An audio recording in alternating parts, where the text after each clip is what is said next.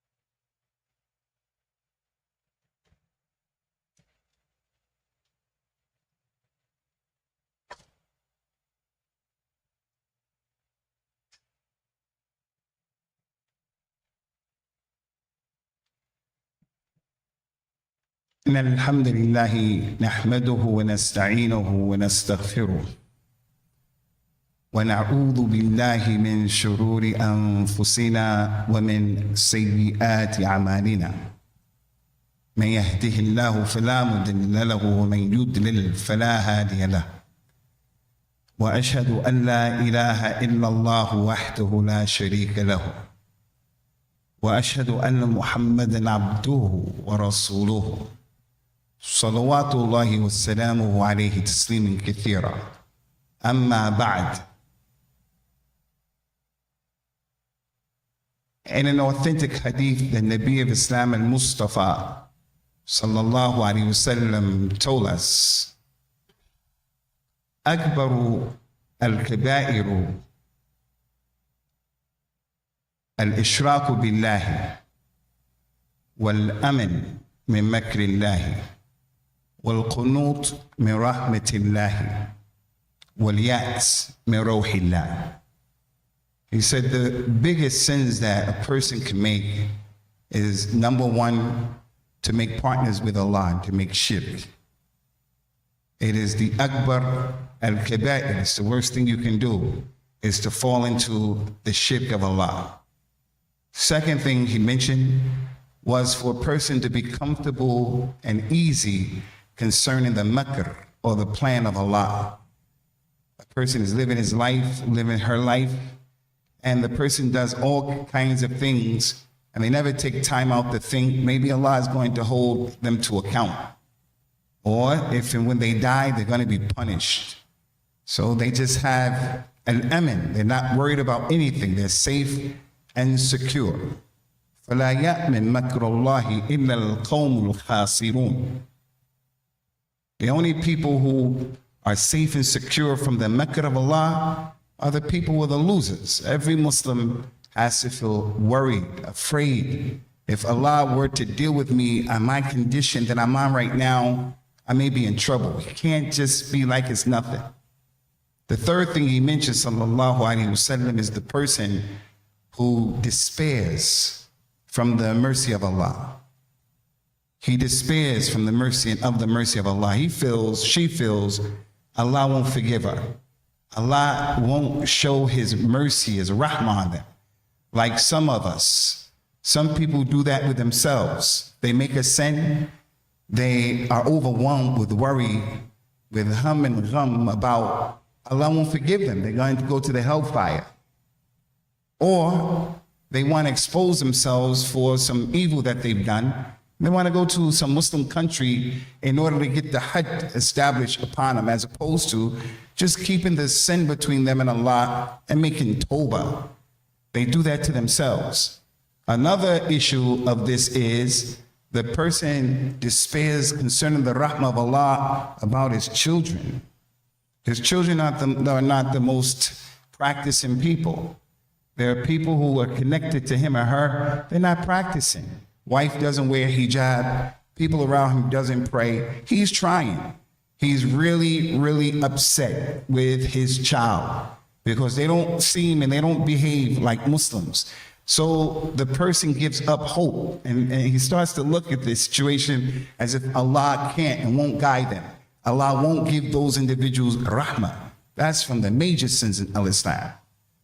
And the last thing he mentioned, sallallahu alaihi wasallam, was al-ya's min rawhillah, is that the person gives up all hope. In one situation, he despairs. Rahmah is never going to come. The rahmah is not for me. The rahmah is not for my child. My child is going to die as a kafir. My child is no good. My mother, my father, my brother, my sister.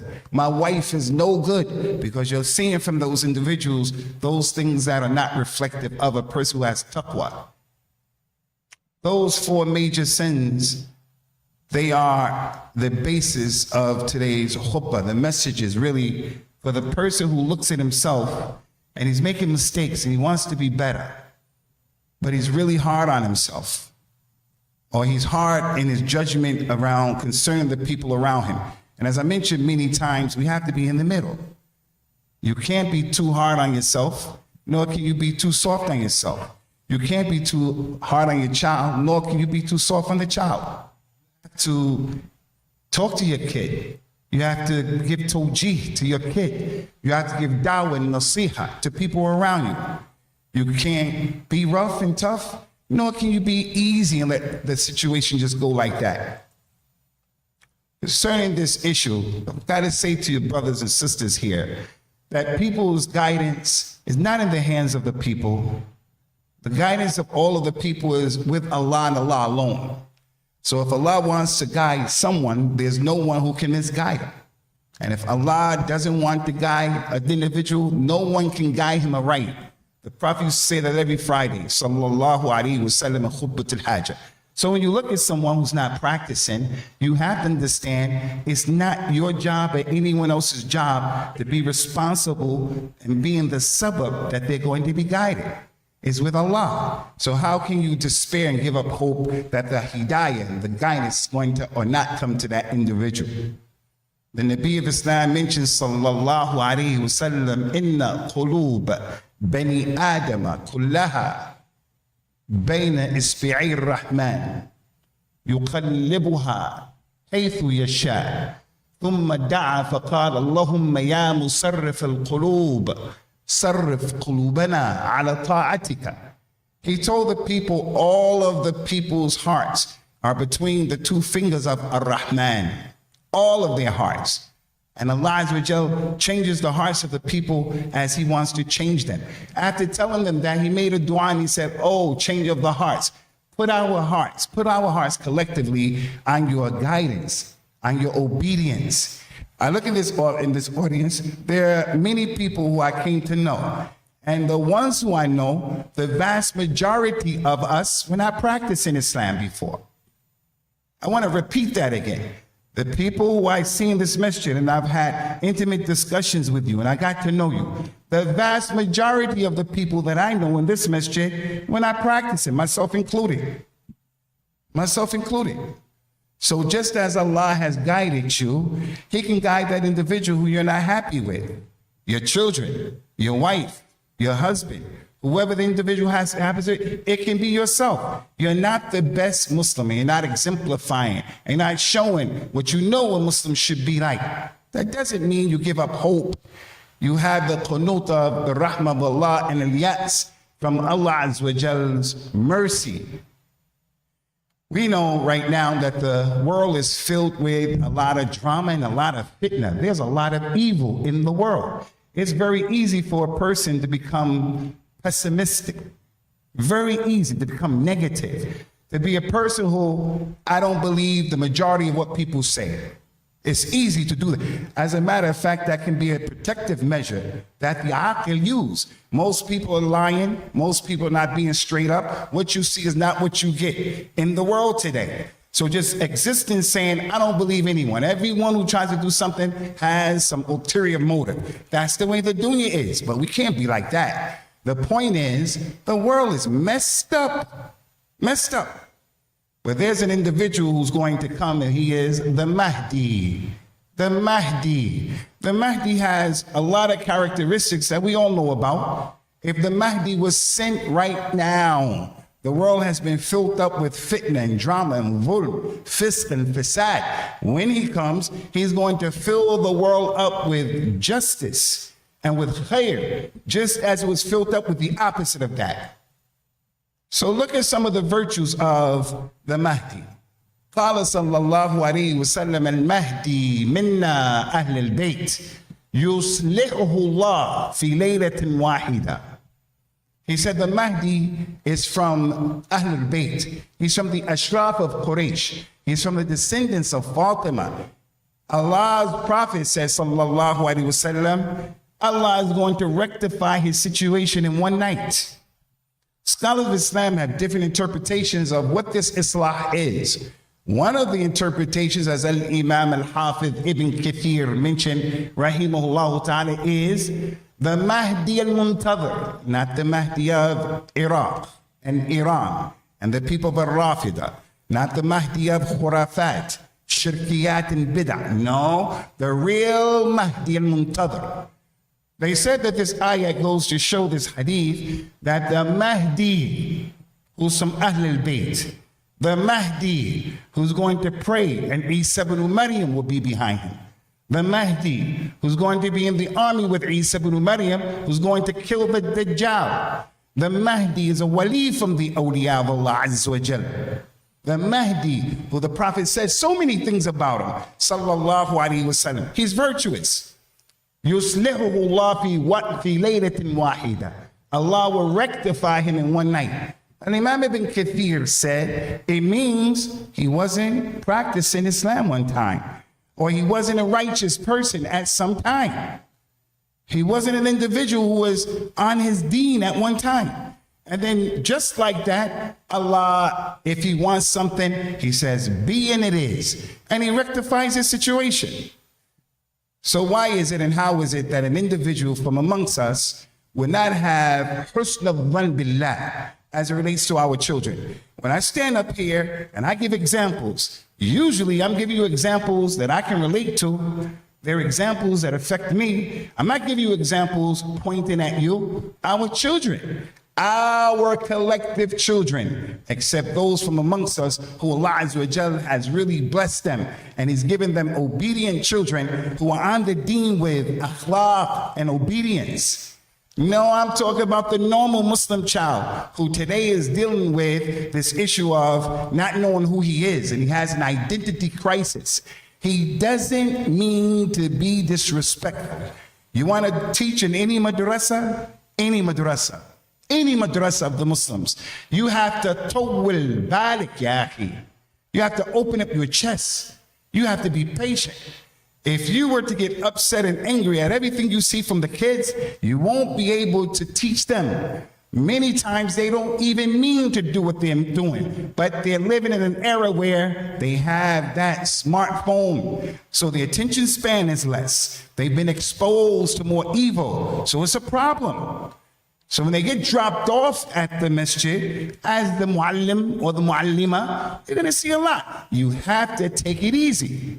In our own homes, don't look at your child as an individual and you say there's no good in him. They have good. They have good.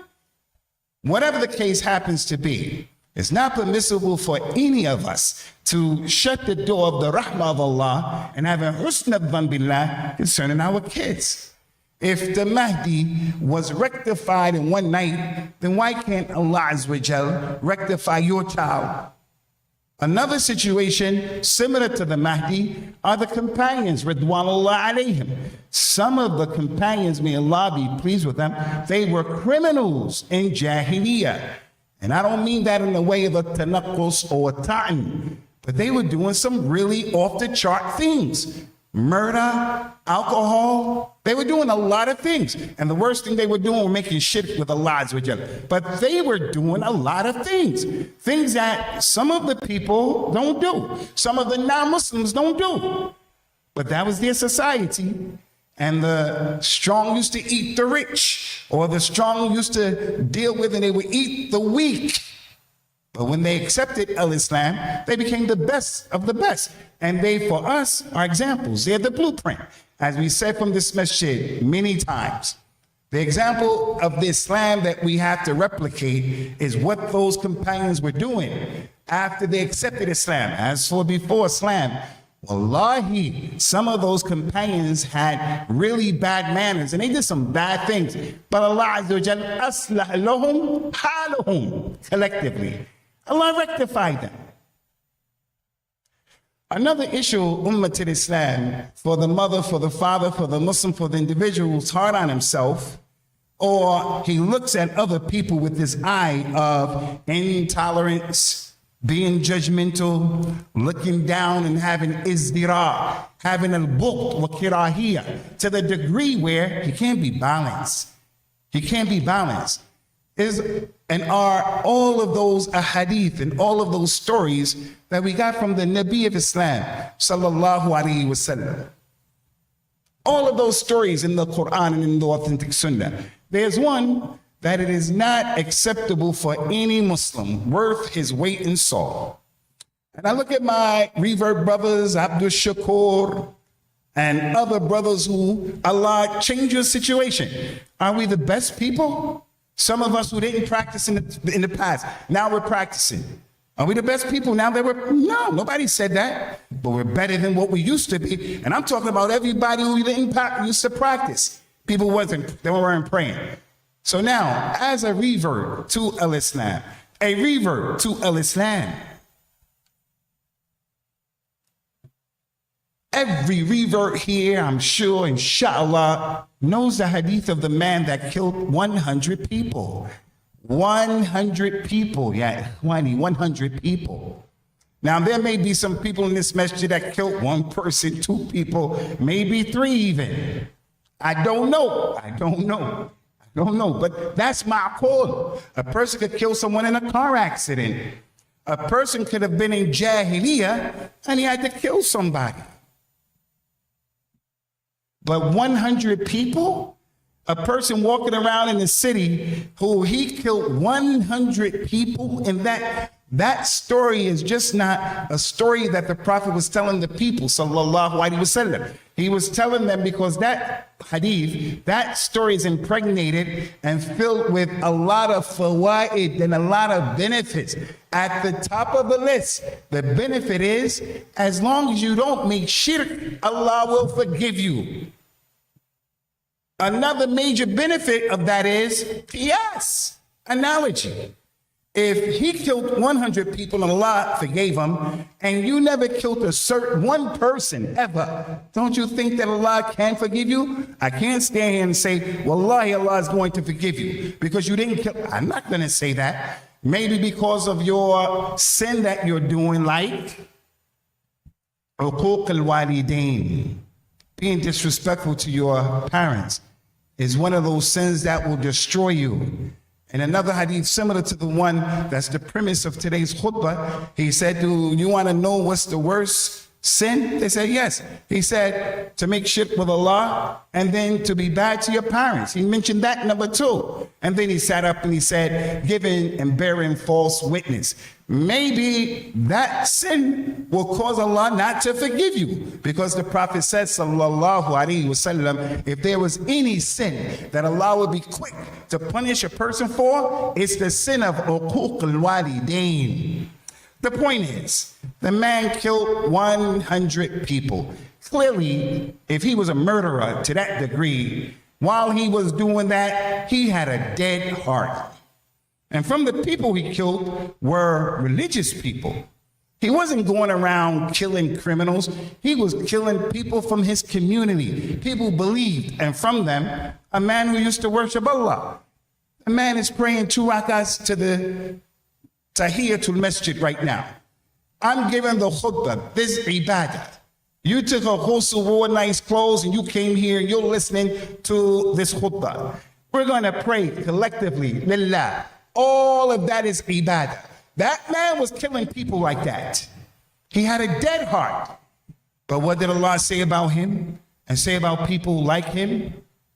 He said in the Quran, in the book of Allah Azza wa Jal, أَوَمَنْ كَانَ مَيْتًا فَأَحْيَيْنَاهُ وَجَعَلْنَا لَهُ نُورًا يَمْشِي بِهِ فِي النَّاسِ كَمَنْ مَثَلُهُ فِي الظُّلُمَاتِ وَلَيْسَ بِخَارِجٍ مِنْهَا كَذَلِكَ زُيِّنَ لِلْكَافِرِينَ مَا كَانُوا يَعْمَلُونَ. Is the one who his heart was dead. He was dead. He was a Muslim, born and raised as a Muslim. In Morocco, in Algeria, in Tunis, in Egypt. He was born in Pakistan, Guyana, Trinidad, born and raised as a Muslim. And he grew up not praying, doing all kind of manner of madness. He was doing all, and he was dead. And then Allah gave life to him. He guided him. He gave him the ilham and the irshad. You got to get yourself together. And now Allah gave him the nur of al-Islam.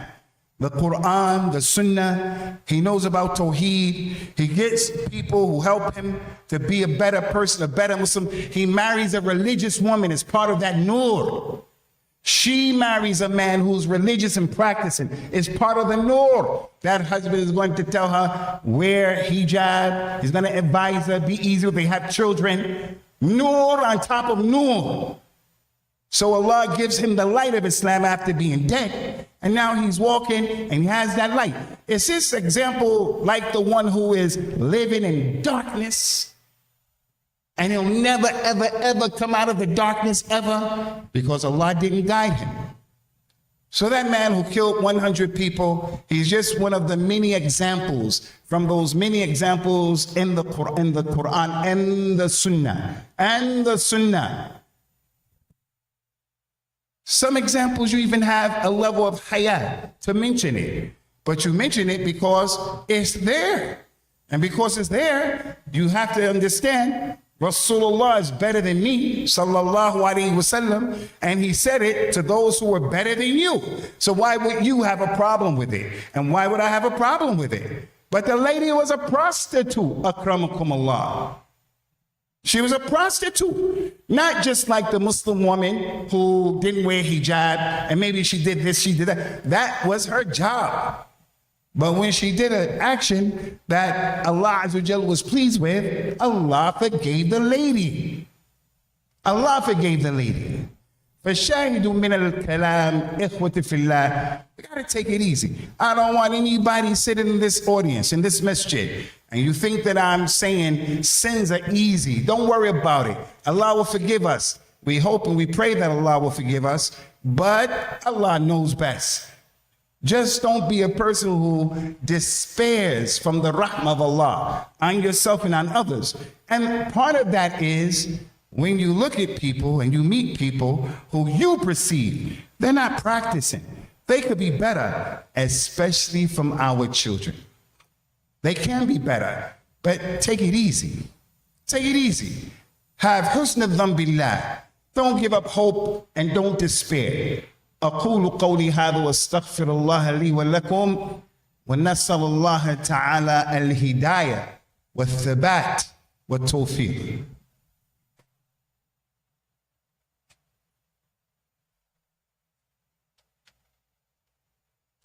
الحمد لله حمدا كثيرا وطيبا مباركا فيه وصلوات الله وسلامه على نبينا الأمين وعلى آله وأصحابه أجمعين. Only if we had the ability to see and to have been with the Nabi of Islam sallallahu alaihi wasallam, who at any given moment, if you're living during his time, just being around him, your iman is going to be affected because all what's coming from him are lessons that are going to help you in your life. His da'wah of gentleness, his da'wah of being positive, his da'wah of knowing how to deal with everybody. I don't always know how to deal with people because I can become triggered. I can get triggered and my nafs gets inside of the equation. So I'll go off And then I have nadam after that. The Nabi wasn't like that, sallallahu alaihi wasallam, but the people around him, they used to do things, but they would listen to him. And that Quran was coming down. And he was the perfect example for the community. And he is still, although we're not with him. And from his wisdom is, the nature of everybody in this masjid is that you're going to make mistakes, ya akhi. The only one who doesn't make mistakes is Allah Azza wa Jalla. Allah is perfect. All human beings make mistakes. All of Adam's sons make mistakes. And the best of them who make mistakes are the ones who make tawbah after the mistake. He said about our nature, sallallahu alayhi wa ala alihi wa sallam, ma min abdin mu'minan illa wa lahu dhanbun huwa ya'taduhu alfaynata ba'd alfaynati aw dhanbun huwa muqimun alayhi la yufariquhu hatta yufariq ad-dunya. There is not a single one of you. There is no slave who's a believer, not a kafir. There's not a single one of you here, except that he has a sin that he does from time to time. Or he has a sin that he persistently, consistently does that sin. And he'll never leave that sin alone until he leaves this dunya. That's the nature of the people. And yet, Allah is Ghafur Rahim Al-Halim Al-Latif. Allah is gentle. He wants to forgive people. He is Tawwab al-Ghafur, all of that stuff. He told the people, sallallahu alaihi wasallam, that Allah Ta'ala mentioned, Ya ibn Adam, O children of Adam, if you did the sins that reached up all the way to the ana of the sama, all the way up, and you filled the whole world up with sins, if you did that, and you came and you met me, not making shirk with me when you die, you don't make shirk, I'll forgive you all of that what you've done. How in the world is a Muslim going to walk around and say the people are destroyed? Halakan nas, la khayra fin nas. I don't want to be with the people. The people are no good, because it's easy to say that on a daily basis. And then we have those really bad days where something jumps off, it happens with the wife, with the husband, you get disrespected, something big happens. And then that just solidifies and enforces in your mind, in your heart, in your spirit, people are messed up. I don't want to deal with people. People are a problem. Nah, the Muslim has to stay balanced. Because for every problem, every challenge, we have a religion that has given us light, a mishkat, that in these dark times, all you have to do is turn to revelation and have the right people around you, and we can navigate through the drama and the messiness, bi-idhnillahi ta'ala. So the call today, brothers and sisters, Ummat al-Islam, stay in the middle. Sins are serious. Try not to sin. Make tawbah from sins.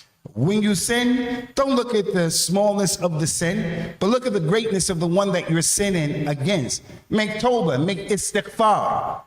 On the other hand, we have a Lord who forgives. The Prophet said, sallallahu alaihi wasallam, that if you people didn't sin, Allah would get rid of you. And he would bring a group of people who do sin. And then when they sin, they would ask him for forgiveness. He said in the hadith, there was a man who used to sin, and then he would turn in sincerity and say, oh Allah, forgive me. And Allah would say, I have a slave who recognized he has a law who forgives. So I forgave him. He did the sin again. He said, oh Allah, forgive me, with sincerity. He was weak. He just keeps falling into it. Like the one who may be mudman and khamr. He really has a serious issue with being an individual who is addicted. It's something inside of him. He's addicted to cigarettes. Every Ramadan, he tries to kick that nasty, dirty habit. He doesn't want to light up the cigarette right after breaking fast because he wants to be bad. It's in his system. He needs help. So we see that individual smoking, we say to him, first, ya akhi, don't smoke on a property in front of the people. And we say, secondly, may Allah help you. As for looking at him with disdain and hatred, we hate this sin. And we look at ourselves thirdly and say, what are you doing? What are we doing? What are we doing? So we have a Lord that forgives. So be in the middle as it relates to our children and our brothers and our sisters and the people who are around us. In this masjid, let us learn, inshallah, how to be gentle with each other, forbearing with each other. May Allah Ta'ala accept it from us and accept it from all of you. And may He subhanahu wa ta'ala shower us with His mercy and shower us with His forgiveness. And we ask Allah Azza wa Jal, Al-Hakim, to put us in the middle of people who are around us who are ruhama, brothers and sisters and family members, brothers and sisters from the community, family members. Put us and surround us with people who really care about our well-being, not the ones who have shamata. When you make a mistake, they want you to be destroyed and they become happy and they want a ziyada of your problems. No, we don't want that. We don't need that. And may Allah forgive us if we don't play that role with people. If we don't play that role. None of you truly believes in Allah until you love for your brother what you love for yourself. Establish the salat, inshallah, yarhamukumullah.